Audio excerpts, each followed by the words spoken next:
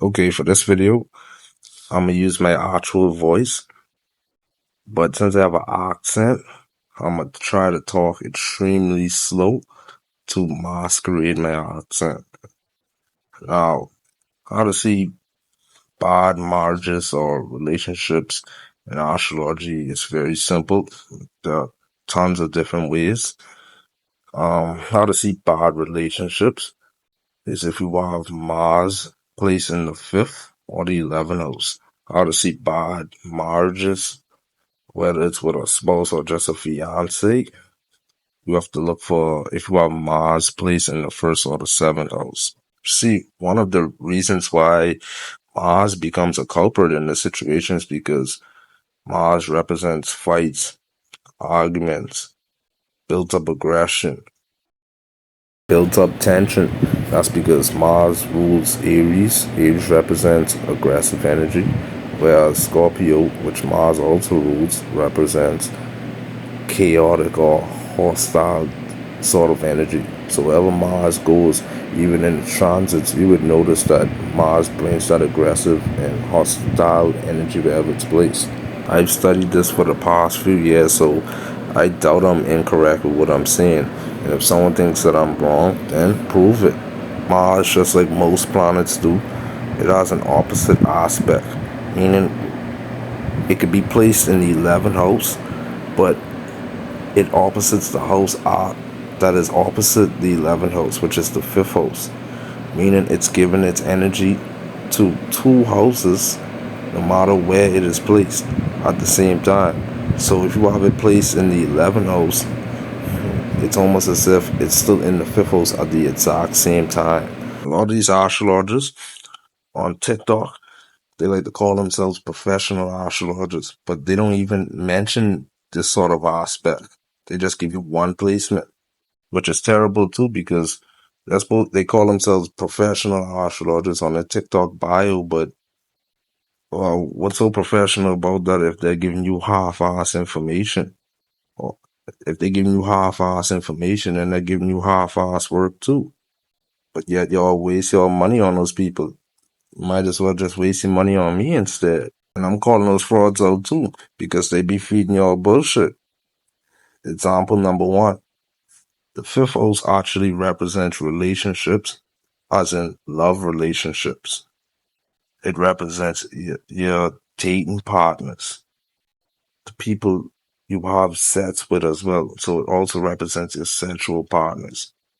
It represents boyfriends and girlfriends, not the seventh house. They like to use that the seventh house represents relationships and partnerships, but they don't mention what type of partnerships.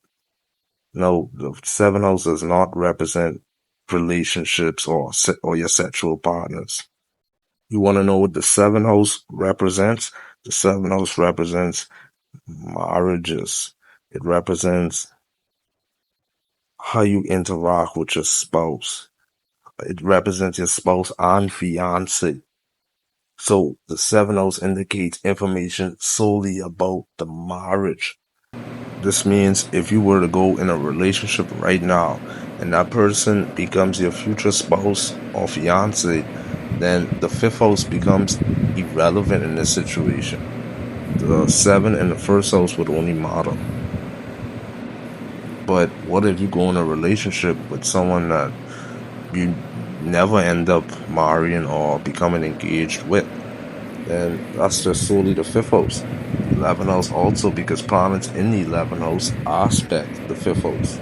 Planets in the first house aspect the seventh house of marriage. So the aspects from those different houses can still influence your marriage and relationships.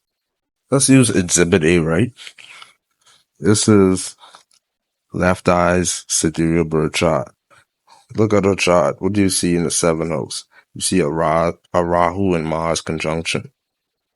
What Rahu does right there is it makes someone have a weird or unusual marriage, but in a bad way, right? She'll have a marriage, or she already had it. She'll have a marriage or engagement that isn't the traditional that you're traditional type of marriage that you're accustomed to seeing. But I don't want to focus on that Rahu because it's irrelevant in this situation almost because the Mars effects still remain the same, whether it's conjunct Rahu or not. When I say marriage, I'm not really talking about the marriage ceremony, even though Rahu placed there could still give an unusual marriage ceremony. What I'm talking about is the actual marriage timeline, the period of what went on in that period of your marriage or engagement. Anybody that has studied astrology already knows that the North Node, or otherwise known as Rahu in Vedic astrology, represents the rebellious side of Aquarius almost. That's why wherever it's placed, you'd see, or for example, it's placed in the 7th house, so this would give Lisa Lafley or marriage, or it would give her a spouse or a fiance that is rebellious in a way. Rahu shows who snakes us, cheats on us, lies on our name. So our spouse, you see that would have occurred in her engagement or her marriage. I don't know if it did when she was alive, or maybe it would have happened if she lived longer. And Rahu's placed in the 7th house that causes cheating in marriages. And the cheating could come from both sides. It could be the spouse doing it, the spouse as in the spouse that you marry, or it could be you doing that in a marriage. Who's most likely to do the cheating though when Rahu is placed in the 7th house? It's going to be the person that you marry. They're most likely to do the cheating. Rahu represents a lot of bad energy though. So if you have Rahu in the 7th house, you'd be like, who is this person that I really even married, or who I got engaged to? And that would be a focus in marriage. You'd be trying to figure out, or trying to focus too much on, why is it that your marriage is so bad, or it's so different from other traditional marriages. Rahu really only made this Mars become a lot more worse because it made the arguments or fights that typically occurs in marriage become more worse and more unusual too. So Rahu's making it's almost like it's amplifying the aggressiveness that Mars represents. Whenever Mars is in the 1st or the 7th house, it's bringing arguments and built up aggression in a marriage situation, meaning it causes more arguments or fights in a marriage or with your spouse more than what a person is accustomed to having with their spouse on a regular basis.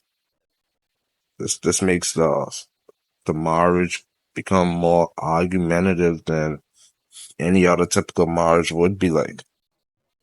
As we all know, arguments lead to fights. Fights lead to abuse. So if you have Mars placed in the 1st or the 7th house, you're more likely prone to be in abusive, and very well likely it could be those physically abusive type of marriages.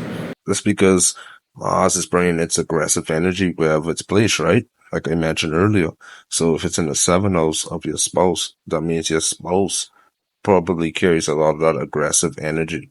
And that aggressive energy will be displayed onto you.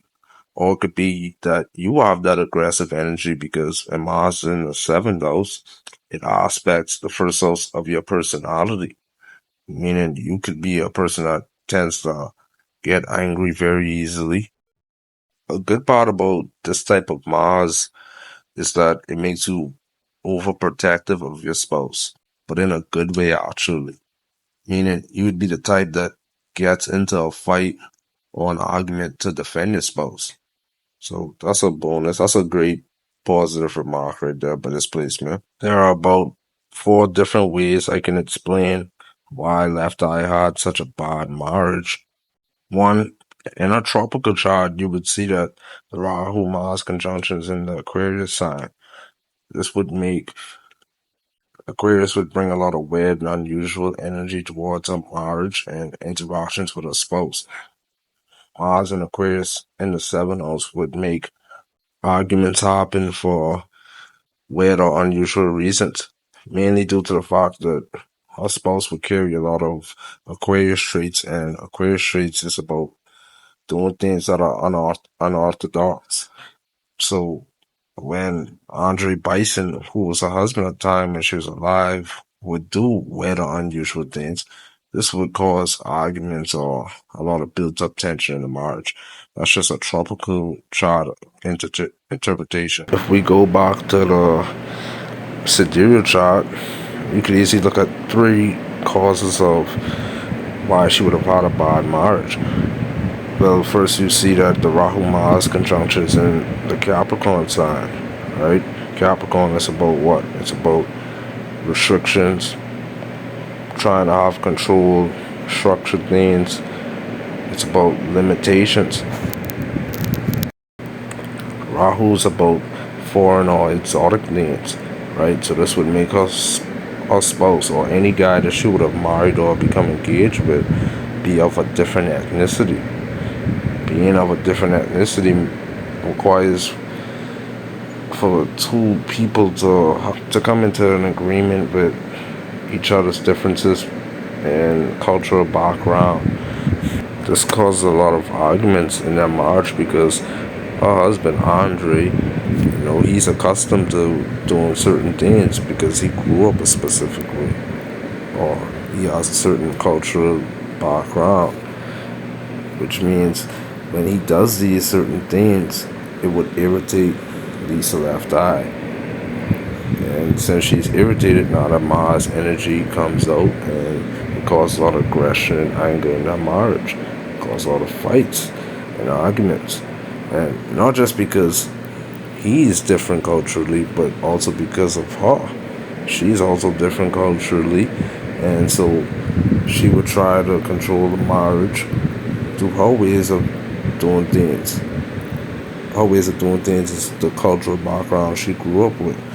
And obviously, the difference is like a clash because of the difference in ethnicity. That's just one of the many reasons.